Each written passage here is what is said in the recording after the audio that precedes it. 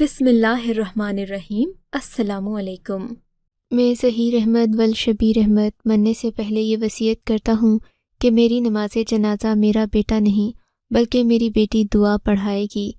میری اس وصیت کے پیچھے میری بہت بڑی خواہش ہے۔ میں نے اپنی بیٹی کو ہمیشہ نیک پایا ہے۔ میری بیٹی نے زندگی بھر کوئی گناہ نہیں کیا۔ میں چاہتا ہوں کہ میری نماز جنازہ میری بیٹی پڑھائے کیونکہ میری بیٹی ایک پاک شخصیت ہے۔ میرے شوہر نے ہم سب کے سامنے بیٹھ کر جب یہ وصیت پڑھی، میری آنکھیں پھٹی کی پھٹی رہ گئی تھیں۔ میں تو صبح صبح اٹھی ہی تھی جب مجھے گھر والوں کے شور نے جگا دیا۔ میں سمجھی کہ کوئی معمول کی بات ہوگی، مگر پتہ چلا کہ میرے سسر قضائے الہی سے وفات پا چکے ہیں۔ میرے سسر بہت شریف اور نفیس شخصیت کے مالک تھے۔ ان کے مرنے کی خبر سن کر آنکھوں سے میری آنسو جاری ہو گئے تھے، مگر میری نند کے بارے میں انہوں نے جو وصیت کی تھی اس نے ہم سب کو حیرت میں ڈال دیا تھا۔ میرے سسر نمازی، پرہیزی اور متقی شخص تھے۔ ظاہر ہے وہ کوئی بے بات تو نہیں کر رہے تھے۔ ان کی وصیت میرے شوہر نے ہم سب کے سامنے پڑھ کر سنائی تو ہم لوگ بھی حیران ہو گئے تھے، مگر ایک کمرے میں ہم سب موجود تھے اور دعا موجود نہ تھی۔ دعا میرے سسر کی بیٹی تھی، یعنی میری سب سے چھوٹی نند۔ اس کی عمر 30 سال ہو چکی تھی، مگر دعا کے بارے میں اس کے باپ کی یہ وصیت سن کر ہم سبھی حیران رہ گئے تھے۔ کسی نے سوچا بھی نہیں تھا کہ ظہیر صاحب کے مرنے پر وہ اتنی عجیب و غریب وصیت کر کے جائیں گے جسے پورا کرنا ناممکن ہی نظر آتا تھا۔ میرے شوہر نے یہ وصیت سب کے سامنے پڑھی تھی۔ ہم لوگ بھی حیران تھے۔ وہ کہنے لگے کہ چلو دعا کے کمرے میں چلتے ہیں، چل کر اسے بھی یہ بات بتاتے ہیں، کیونکہ جب سے ابا جان کی وفات کا اعلان ہوا تھا دعا کمرے میں بند ہو گئی تھی۔ ویسے بھی وہ کمرے میں ہمیشہ اکیلی ہی رہتی تھی، دروازہ بند ہوتا اور وہ باہر کم ہی آیا کرتی تھی۔ مجھے وہ دن اچھی طرح سے یاد ہے جب میری شادی کے روز ایک عورت میرے سامنے آئی اور مجھ سے کہنے لگی، اپنی نند دعا سے بچ کر رہنا، تم نہیں جانتی کہ وہ کس قسم کی لڑکی ہے، تم ابھی اس گھر میں نئی آئی ہو، دیکھ لینا کہ وہ تمہارے ساتھ کیا سلوک کرے گی۔ میں اس عورت کی باتوں سے ڈر گئی تھی، مگر جب سے میں اس گھر میں آئی تھی میں نے ایک ہی بات محسوس کی تھی کہ دعا تو اپنے کمرے سے ہی نہیں نکلتی تھی، ہر وقت اپنے کمرے میں بند رہتی۔ پتہ نہیں وہ ایسا کیوں کرتی تھی۔ رات کو اس کے کمرے سے عجیب عجیب آوازیں آتی تھیں۔ یہ ساری خصوصی چیزیں جو میں نے اپنے ذہن میں بٹھائی تھیں کبھی کسی سے نہ کہی تھیں، کیونکہ اس گھر میں دعا کے بارے میں کوئی بندہ بات نہیں کرتا تھا، بلکہ دعا باہر ہی نہ آتی، وہ اس گھر میں جیسے رہتی ہی نہیں تھی۔ مگر میرے سسر کے مرنے کے بعد یہ وصیت پڑھ کر ہم سبھی حیران رہ گئے تھے۔ دعا تو اپنے باپ سے بھی کھچی کھچی سی رہتی تھی، اس نے زندگی بھر شاید ہی کسی سے بات کی ہوگی، مگر آج میرے سسر نے ایک ایسی وصیت کر سے ہی پوچھا کہ کیا بات ہے۔ ہم نے کہا کہ ابا جی نے تمہارے بارے میں ایک وصیت کی ہے۔ میں جانتی تھی کہ اسے جائیداد وغیرہ سے کوئی لالچ نہیں۔ کہنے لگی کہ مجھے اپنی جائیداد نہیں چاہیے، آپ لوگ اپنے اپنے حصے لے لیں، میرا رہنے دیں۔ نہیں دعا، بات اپنے ابا جی کے جنازے کے بارے میں ہے، تمہیں سننا پڑے گی۔ دعا نے دروازہ کھولا، میرے شوہر کمرے میں داخل ہو گئے۔ میں نے دیکھا کہ دعا ابھی تک خود کو کالی چادر میں لپیٹے ہوئے تھی، لگ رہا تھا جیسے وہ ہم سب سے کچھ چھپا رہی ہو۔ میرے شوہر نے اسے وہ ساری وصیت پڑھ کر سنا دی۔ دعا پریشان ہو گئی، بھائی جان آپ کو بھی پتہ ہے کہ میں ساری زندگی اپنے کمرے سے باہر نہیں نکلی، اب آپ مجھ سے کیسے یہ توقع کر سکتے ہیں کہ میں جا کر ابا جان کی نماز جنازہ پڑھاؤں؟ آپ اس وصیت کے بارے میں مولانا صاحب سے پوچھ کر کوئی ایسا حل نکال لیں کہ جس میں مجھے گھر سے باہر نہ نکلنا پڑے، ورنہ آپ تو جانتے ہیں کہ میرے لیے یہ کس قدر مشکل کام ہے۔ میں چاہ کر بھی ایسا نہیں کر پاؤں گی۔ دعا کی بات سن کر میرے شوہر غصے میں آ گئے۔ تم ہوش میں تو ہو، یہ ابا جان کی وصیت ہے، ان کی آخری وصیت ہے، تمہیں اس کو پورا کرنا ہی پڑے گا۔ کوئی بیٹی اپنے باپ کی آخری خواہش سے کیسے منہ پھیر سکتی ہے؟ دعا، تمہیں شرم آنی چاہیے یہ بات کرتے ہوئے بھی۔ میرے شوہر نے یہ بات دعا سے کہی تو وہ بھی جذباتی ہو گئی۔ اچھا بھائی، میں کوشش کرتی ہوں کہ میں ایسا کر لوں، لیکن میں نے تو کبھی نماز جنازہ پڑھاتے ہوئے کسی کو نہیں دیکھا۔ آپ بھی جانتے ہیں کہ میں کبھی گھر سے باہر ہی نہیں نکلی، تو پھر آپ مجھ سے یہ توقع کیسے کر سکتے ہیں؟ پہلے آپ مجھے نماز جنازہ کی سارے فرائض سمجھا دیں کہ کیسے پڑھائی جاتی ہے، اس کے بعد ہی میں کچھ سوچوں گی۔ دعا، سوچنے کا وقت نہیں ہے، تمہیں جلدی کرنا ہوگا۔ ابھی تم تھوڑی دیر میں تیاری کر لو، ابا کو غسل دیا جا چکا ہے، ان کو کفن بھی پہنا دیا ہے، اب بس تمہارا انتظار ہے۔ میں سب لوگوں کو جمع کرتا ہوں، تمہیں باہر رکھ کر نماز انتظار ہے۔ میں سب لوگوں کو جمع کرتا ہوں، تمہیں باہر رکھ کر نماز جنازہ پڑھانا ہی ہوگی۔ میں نے مولوی صاحب سے بھی پوچھ لیا ہے۔ مولوی صاحب نے کہا ہے کہ جیسے آپ کے ابا جان کی وصیت ہے اسے پورا کیا جائے، کیونکہ کسی بھی مردے کی وصیت کو رد نہیں کیا جا سکتا، وہ بھی اس وقت جب وہ آپ کے لیے ایک نیک اور شفیق باپ کی حیثیت سے رہے ہوں۔ دعا ایسی ضد نہ کرو کہ جس کے لیے مجھے تم پر سختی کرنا پڑے۔ میرے شوہر نے اپنی بہن کو سمجھا دیا تھا کہ وہ اس کی کوئی بات نہیں سنیں گے، اس لیے اسے نماز جنازہ پڑھانا ہی ہوگی۔ پھر پتہ نہیں میرے شوہر کو کیا سوجھی، مجھ سے کہنے لگے کہ تم باہر جاؤ، مجھے دعا سے اکیلے میں بات کرنی ہے۔ مجھے شک سا ہونے لگا تھا، کیونکہ دعا میری وہ نند تھی جس کے بارے میں نے لوگوں سے بہت بری باتیں سن رکھی تھیں۔ میں کمرے سے باہر آ گئی، مگر میرا ذہن صرف اور صرف کمرے کی طرف ہی تھا۔ میں نے باہر آ کر دیکھا تو کافی ساری عورتیں ہمارے گھر میں تعزیت کے لیے آ چکی تھیں۔ میں نے دیکھی تھیں جہاں پر میرا شوہر اپنی بہن کے ساتھ بیٹھا اسے یہ سمجھانے کی کوشش کر رہا تھا کہ تمہیں ابا جان کی وصیت پر عمل کر لینا چاہیے۔ میں نے جب دعا کے پھپھو کو ایسے جھانکتا دیکھا تو پوچھا کیا بات ہے؟ کہنے لگیں کہ میں تو دعا کو ڈھونڈ رہی ہوں، اس کے باپ نے جو وصیت کی ہے کیا وہ اسے پورا کرے گی؟ یہ سن کر مجھے حیرت ہوئی تھی کہ دعا کی پھپھو کو یہ بات کیسے پتہ چلی کہ اس کے ابا نے کیا وصیت کی ہے۔ مگر شمائلہ آنٹی آپ کو کیسے پتا کہ دعا کے ابو نے یہ وصیت کی ہے؟ لو جی، میں خاندان کی ہوں، مجھے نہیں پتا ہوگا تو کس کو پتا ہوگا؟ مجھے تو لگتا ہے کہ ظہیر کی عقل پر پردہ پڑ گیا تھا جو اپنی اس بدکار اور بے حیا بیٹی کو اس نے اپنا جنازہ پڑھانے کے لیے کہہ دیا۔ لو بھلا، اپنی بیٹی کو بھی، وہ بھی جو اتنی بدکار اور بد کردار ہو، کوئی ایسے کہہ سکتا ہے؟ کیا کہہ رہی ہیں شمائلہ آنٹی؟ دعا کیسے بدکار ہو گئی؟ اب تو وہ یتیم ہو گئی ہے، کم از کم اس کے بارے میں آپ ایسی بات نہ کریں کہ اس بیچاری کو دکھ ہو، دکھ ہو۔ میری بات سن کر شمائلہ آنٹی میرے مزید قریب ہو کر بیٹھ گئیں اور بولیں، تمہاری جس نند کے بارے میں تمہارے سسر نے اتنی بڑی وصیت کی ہے، کیا اس کی حقیقت تم جاننا نہیں چاہو گی؟ شمائلہ آنٹی کی بات سن کر میرے بھی کان کھڑے ہو گئے تھے، اگرچہ یہ موقع ایسی باتوں کا تو نہیں تھا، مگر شمائلہ آنٹی نے مجھے خواہ تجسس میں ڈال دیا تھا۔ مجھے یوں لگ رہا تھا جیسے ان کے پاس کوئی بہت بڑا راز ہے۔ مجھ سے کہنے لگیں کہ تم یہاں سے اٹھ کر چھت پر چلو، تو میں نہ صرف تمہیں کچھ دکھاؤں گی بلکہ تمہیں پوری کی پوری کہانی بھی سنا دوں گی۔ تمہیں اپنی نند کے کرتوتوں کا پتہ چل جائے تو تم یہ کہو گی کہ نماز جنازہ پڑھانا تو دور کی بات، اسے تو کوئی سلام بھی نہ کرے۔ پتہ نہیں ظہیر نے کیا سوچ کر اپنی بیٹی کے بارے میں یہ وصیت کی ہے۔ مجھے تو لگتا ہے کہ یہ سب کچھ جھوٹ ہے، یہ سب تمہاری نند جان بوجھ کر رہی ہے۔ شمائلہ آنٹی نے مجھے حیران کر دیا تھا، مگر اس میں اس بیچاری کا کیا فائدہ ہے؟ دعا تو ہر وقت اپنے کمرے میں رہتی ہے۔ ارے بیٹا، یہی تو فائدہ ہے اس کا، وہ ہر وقت ہی اپنے کمرے میں رہتی ہے، پتہ نہیں کیا کیا بدکاریاں کرتی ہے، اور لوگوں کو یہ تاثر دے گی کہ وہ بہت نیک ہے۔ اس کے باپ نے اسی کا نام لیا ہے کہ وہ نماز جنازہ پڑھائے۔ اس کے باپ نے وصیت میں یہ بھی تو لکھا ہے کہ دعا میری بہت پاک صاف بیٹی ہے، میں اسی نیک بیٹی کے ہاتھوں اپنی نماز جنازہ پڑھانا چاہتا ہوں۔ اب تم خود ہی بتاؤ اس بات کا کیا مطلب ہے؟ کوئی باپ اپنی بیٹی کی اتنی تعریفیں بلا وجہ کیوں کرے گا؟ اور ابھی تو تم اس کے ماضی سے واقف نہیں ہو، اس کا ماضی اتنا گھناؤنا ہے کہ میں تمہیں بتا نہیں سکتی، مجھے بتاتے ہوئے بھی شرم آتی ہے۔ میرا تو ایسی لڑکی پر تھوکنے کو بھی دل نہیں کرتا۔ شمائلہ آنٹی نے مجھے پریشان کر دیا تھا، لیکن میں بھی ان سے پوری کہانی سنے بغیر نہیں رہ سکتی تھی۔ کیوں شمائلہ آنٹی، آپ کے خیال میں دعا کیسی ہے؟ کیا واقعی میں بد کردار ہے؟ گاؤں کی باقی عورتیں تو اس تمہیں آنکھوں دیکھا حال بتاتی ہوں۔ یہ آج سے تقریباً 8 سال پہلے کی بات ہے۔ ان دنوں دعا بھی کالج جایا کرتی تھی، وہ اپنی پڑھائی جاری رکھے ہوئے تھی۔ ہم نے تو دعا کا رشتہ بھی مانگ لیا تھا۔ مجھے دعا شروع سے بہت پسند تھی، کم بخت ہے ہی اتنی خوبصورت کہ کوئی بھی اسے دیکھتا ہے تو اس کی صورت پر فدا ہو جاتا ہے۔ میرا بیٹا بھی دعا کے پیچھے پاگل تھا۔ ایک دن میں نے اس سے کہا کہ میں تمہارے گھر منگنی لے کر آؤں گی۔ وہ مان گئی، خوش ہو گئی۔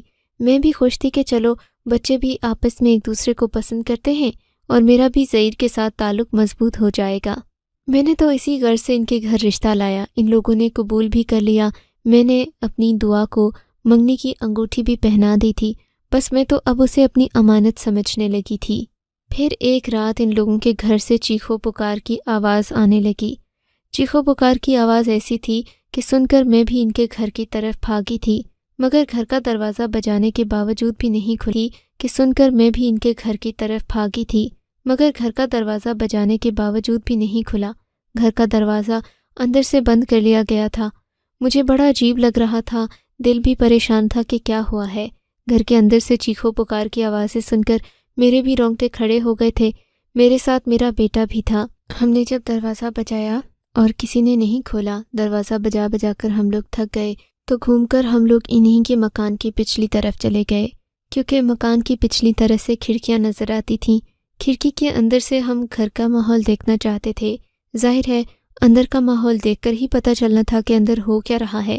ہمیں تو اسی بات کی پریشانی تھی نا کہ کہیں کوئی حادثہ نہ ہو گیا ہو۔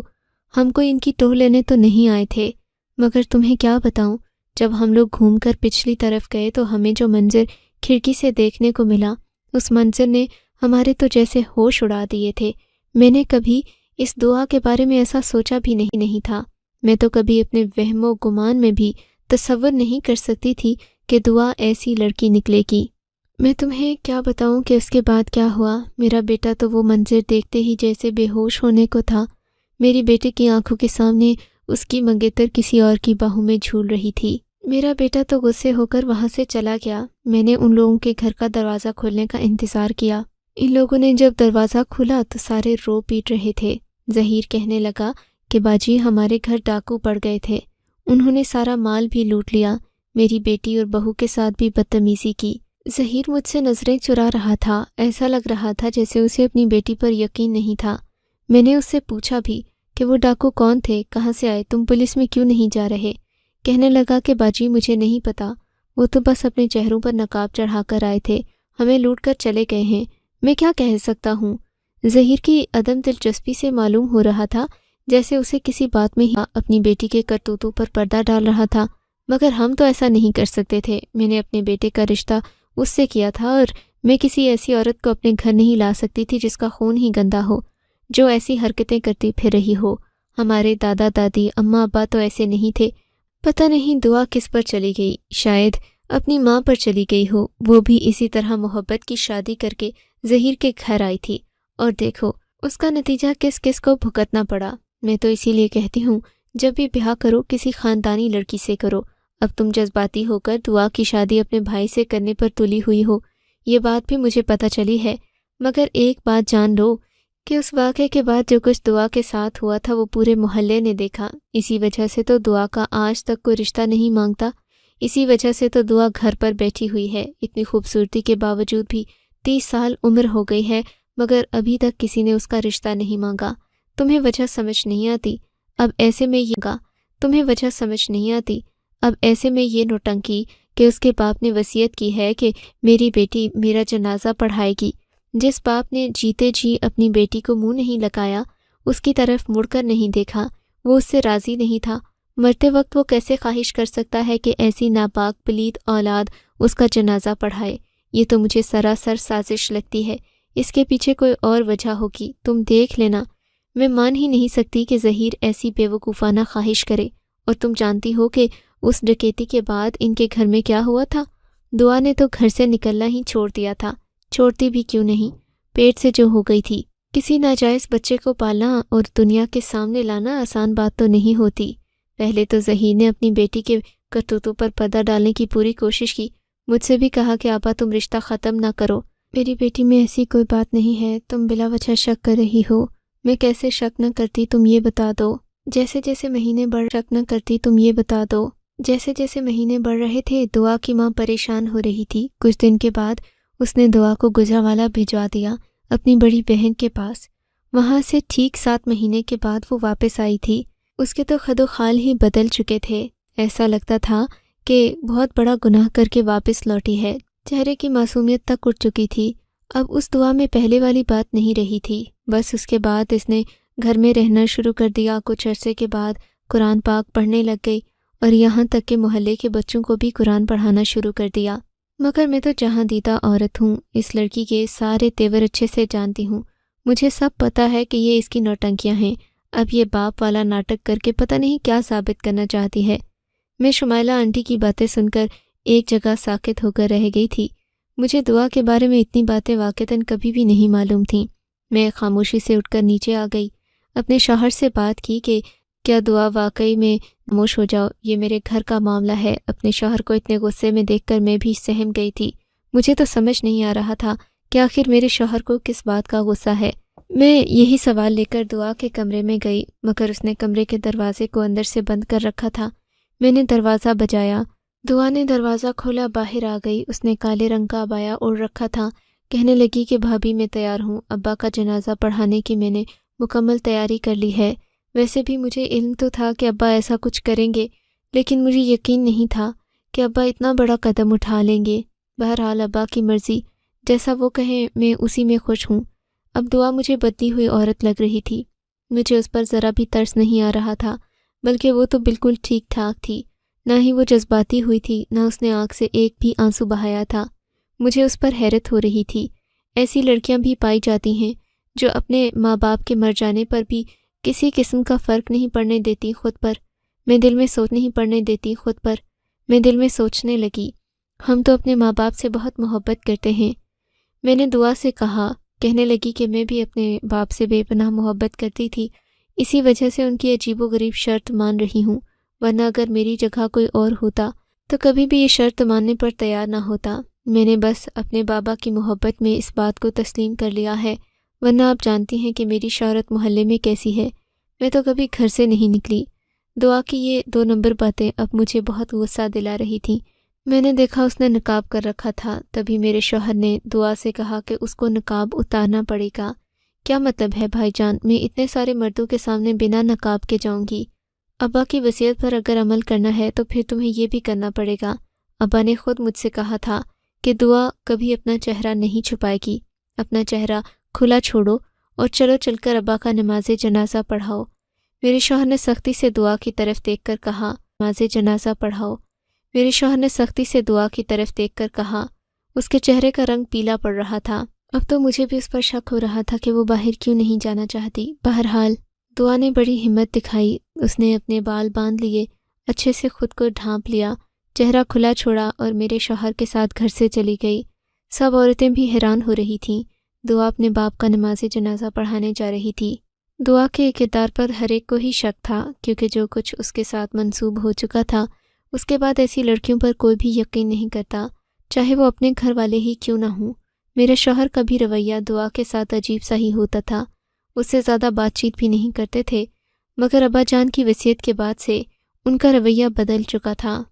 جیسے ہی دعا گھر سے نکلی، گھر میں وہی باتیں ہونے لگیں کہ پتہ نہیں اب یہ کیا گل کھلائے گی، وہاں مردوں کو بہکانے جا رہی ہے، وغیرہ وغیرہ۔ ہمارے گھر کے اندر موجود بہت ساری عورتیں ایسی تھیں جو دعا کو سخت جیسے دعا کو بدنام کر رکھا تھا۔ بہرحال تقریباً شام کے وقت جب جنازہ دفن ہو گیا تو میرا شوہر دعا کو گھر لے کر آیا۔ میں حیرت سے اسے دیکھنے لگی تھی، اس کے چہرے پر بھی خوشی تھی۔ وہ دعا جو گھر سے نکلتے ہوئے اپنے چہرے پر ایک عجیب سی اداسی لے کر گئی تھی، جس کی آنکھوں سے صرف پریشانی چھلک رہی تھی، اب وہ بہت خوش دکھائی دے رہی تھی۔ میں نے دیکھا میرا شوہر بھی مطمئن لگ رہا تھا، دونوں کی آنکھوں میں عجیب سا اطمینان تھا۔ میں نے اپنے شوہر سے پوچھا کہ کیا دعا نے نماز جنازہ پڑھائی؟ کہنے لگا کہ پڑھانے کی نوبت نہیں آئی۔ کیوں نہیں آئی؟ ایسا کیا ہو گیا؟ بس میں نے تمہیں کہا تھا نا کہ ابا کی یہ وصیت بلا وجہ نہیں تھی، اس کے پیچھے ایک بہت بڑی حکمت تھی جو ہمیں آج سمجھ آئی ہے۔ میں تو سوچ بھی نہیں سکتا تھا کہ ایک باپ اپنی اولاد کے بارے میں یہاں تک سوچ سکتا ہے۔ اب تم سب لوگ گھر میں تیاری کرو، 1 مہینے کے بعد میں دعا کو رخصت کر کے بھیج رہا ہوں۔ اس کی شادی ہو رہی ہے، رشتہ مل چکا ہے، بات پکی ہو چکی ہے، میں اپنے شوہر کی ہو چکی ہے۔ میں اپنے شوہر کے منہ کی طرف دیکھنے لگی تھی، میں تو ہکا بکا رہ گئی۔ یہ آپ کیا کہہ رہے ہیں؟ دعا کی شادی ہو جائے گی؟ آپ نے تو کسی کو رشتہ نہیں دکھایا، گھر بھی نہیں بلایا، پھر یہ بات آپ کیسے کہہ سکتے ہیں؟ میری بات سن کر میرا شوہر مسکرایا اور بولا، بس ابا نے اس کا کام کر دیا تھا۔ ابا جان نے اپنی بیٹی کے لیے جو سوچا وہ بہترین تھا۔ تمہیں پتہ ہے کہ اس کی شادی کس سے ہو رہی ہے اور کیوں ہو رہی ہے؟ بلکہ تمہیں کیوں بتاؤں، تم تو بدنیت عورت ہو۔ میری بہن کے بارے میں تم نے کبھی نہ ہی منہ سے کوئی اچھے الفاظ کہے اور نہ کبھی اس کے بارے میں اچھی سوچ رکھی۔ میں اپنی بہن کی شادی کی تیاریاں خود کروں گا۔ شوہر کا یہ رویہ میرا دل دکھا رہا تھا، مگر میں خاموش تھی کیونکہ مجھے کوئی بات سمجھ نہیں آ رہی تھی۔ میں نے سب لوگوں سے پوچھا کہ کیا دعا نے نماز جنازہ پڑھایا۔ کسی نے مجھے کوئی خاص جواب نہیں دیا تھا، شاید کوئی اس بات سے واقف ہی نہیں تھا۔ میرے شوہر نے مجھے کچھ بھی بتانے سے انکار کر دیا تھا، بس مجھ سے یہی کہا کہ دعا کے نکاح کی تیاریاں کرو، میں اس کی شادی کروں گا، اب وہ اس گھر سے چلی جائے گی، عزت سے اپنا گھر بسائے گی۔ میں نے بھی دعا کے نکاح کی تیاریاں شروع کر دی تھیں، مگر شمائلہ آنٹی وہ واحد عورت تھیں جنہوں نے مجھے سچ اور حقیقت سے دوبارہ آگاہ کیا۔ پتہ نہیں وہ کیسے اس وقت قبرستان میں موجود تھیں، انہوں نے ہی دعا کو باپ کے جنازے میں جاتے دیکھا۔ مجھے آنسوؤں کے بیچ انہوں نے بتایا، بیٹی مجھ سے بہت بڑی غلطی ہو گئی، اس دن جو بھی باتیں میں نے تمہیں بتائی تھیں ان کا دوسرا رخ نہیں دیکھا میں تو بس خود کو ہی صحیح سمجھتی رہی۔ میں یہ نہیں جانتی تھی کہ وہ شخص جو اس دن دعا کے ساتھ تھا، جسے میں نے دیکھا تھا، وہ کوئی اور نہیں بلکہ اسی کا شوہر تھا۔ یہ وہی آدمی تھا جس کے ساتھ دعا نکاح کر چکی تھی، مگر اپنے باپ کے روب دبدبے کی وجہ سے اس نے کبھی بھی کسی کے سامنے نام نہیں لیا کہ وہ خفیہ طور پر موہد سے نکاح کر چکی ہے، جس آدمی کی وجہ سے ہم نے باپ نے پھر بھی اپنی عزت رکھنے کے لیے اس کے اس نکاح سے انکار کر دیا، کہا کہ ہم تمہارا نکاح نہیں مانتے، تمہیں شمائلہ کے بیٹے سے ہی شادی کرنا پڑے گی۔ جس کے ساتھ دعا نے خود نکاح کیا تھا وہ بہت امیر ترین شخص تھا، جو کچھ ڈاکے کی آڑ میں اس نے دعا کے ساتھ کیا وہ تو اس کا بدلہ تھا، وہ انتقام جو اس نے اس وقت سے سوچ رکھا تھا جب سے دعا نے اپنے ماں باپ کی پسند کے سامنے سر جھکایا تھا۔ مگر وہ بھی خاندانی شخص تھا، اس نے دعا کو چھوڑا نہیں، اس امید پر اس کے ساتھ تعلق قائم کیا تھا کہ وہ اپنی اولاد کی خاطر اس کو قبول کر لے گی۔ اس میں سب سے بڑی غلطی اس کے ماں باپ کی بھی تھی، جنہوں نے اس پر ذہنی دباؤ ڈالا، اسے اس کی اولاد بھی چھینی، اس کو اس کے شوہر سے بھی دور کر دیا، زندگی بھر کے لیے اسے خوشیوں سے محروم کر دیا۔ دعا نے لوگوں کے الزامات سہ لیے، مگر لوگوں کے سامنے اپنی زبان نہیں کھولی، نہ ہی کسی کو یہ بتایا کہ جو شخص اس کے گھر آیا تھا وہ اس کا اپنا شوہر تھا۔ اس واقعے نے ظہیر کو بھی اللہ کے قریب کر دیا تھا۔ پتہ نہیں اس کو یہ بات کیسے معلوم تھی کہ جو کچھ وہ سوچ رہا ہے وہ ممکن ہو پائے گا۔ دعا کا شوہر بھی جنازے میں آیا تھا۔ جب اس نے اپنی بیگم کو سب کے سامنے دیکھا تو اس سے رہا نہیں گیا، بے اختیار وہ اپنی بیگم سے معافی مانگ کر اس کے پاؤں پڑ گیا، کہا کہ میں تمہیں اپنانے کو تیار ہوں۔ دعا تو شاید اسے بھول چکی تھی، زندگی میں آگے بھی بڑھ چکی تھی، مگر شاید اپنے باپ کے جنازے پر اسے اس طرح دیکھ کر اس شخص کا پچھتاوا جاگ اٹھا۔ اس نے دعا کو اپنی بیوی کے طور پر قبول کر لیا ہے، اسی وجہ سے تمہارے شوہر نے تمہیں کہا ہے کہ دعا کے نکاح کی تیاری کرو، وہ اس سے دوبارہ نکاح کرے گا، بارات لے کر آئے گا، اسے عزت سے بہا کر لے جائے گا۔ دیکھو باپ کا نماز جنازہ اس نے پڑھایا تو نہیں، مگر کتنی بڑی حکمت تھی اس کے پیچھے کہ دعا کو اس کے شوہر سے ملوا دیا۔ سچ ہے کہ ماں باپ مرتے ہوئے بھی اپنی اولاد کے بارے میں ہی سوچتے ہیں۔ آپ کو اگر یہ کہانی اچھی لگی ہے تو اس ویڈیو کو لائک کیجیے اور اس طرح کی مزید کہانیاں سننے کے لیے ہمارے چینل کو ضرور سبسکرائب کیجیے۔ کہانی سننے کا شکریہ۔ آپ سے ملاقات ہوگی اگلی ویڈیو میں، تب تک کے لیے اللہ حافظ۔